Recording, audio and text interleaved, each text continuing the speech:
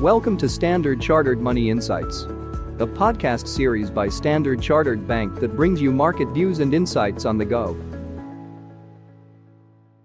Welcome to Cut to the Chase. Today is Monday, the 25th of May. I'm Daniel Lam, your host for the podcast. Isn't it ironic, don't you think? This was an iconic lyric line from Alanis Morissette's song, Ironic, back at the end of the last century.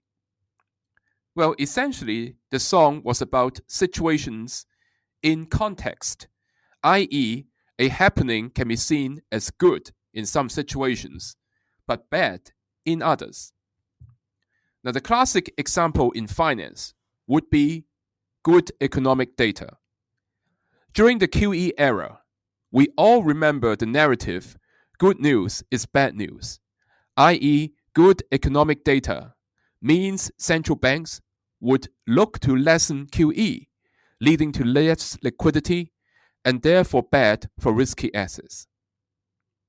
Post-QE, the narrative that a growth-focused environment means stocks and yields would usually move together, i.e., good news is good news for stocks. But that is changing abruptly recently because the Iran war has made inflation the market's main focus again, creating a situation where resilient data could hurt equities. Long-term inflation expectations remain anchored, but the near-term inflation path is still uncertain. Markets are still trying to estimate the size of the next inflation wave. Now, under an inflation-focused environment, stocks and yields would often move in opposite directions. That means positive economic surprise is no longer a blessing.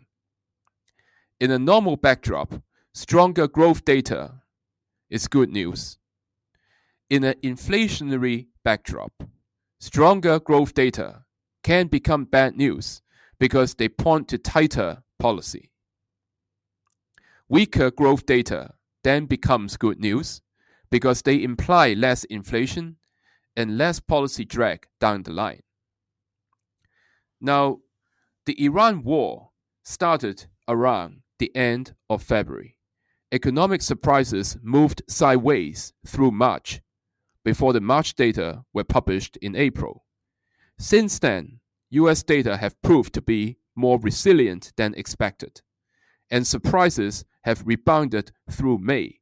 So this helped explain why bond yields have been rising in the recent weeks, as growth and inflation have both held up better versus when cuts were priced.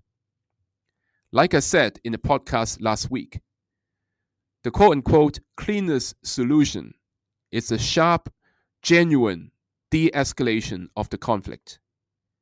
However, if the status quo persists, we may get more pain in the risky assets before the markets self-regenerates, because inflation would be eating into the spending by consumers, leading to slower growth, and in turn starting to apply downward pressure to inflation.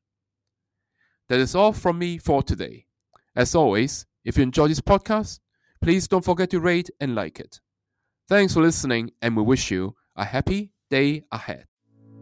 Thank you for listening to Standard Chartered Money Insights, a podcast series by Standard Chartered Bank. For more details, visit Market Views on the Go on our website or click the link in the description.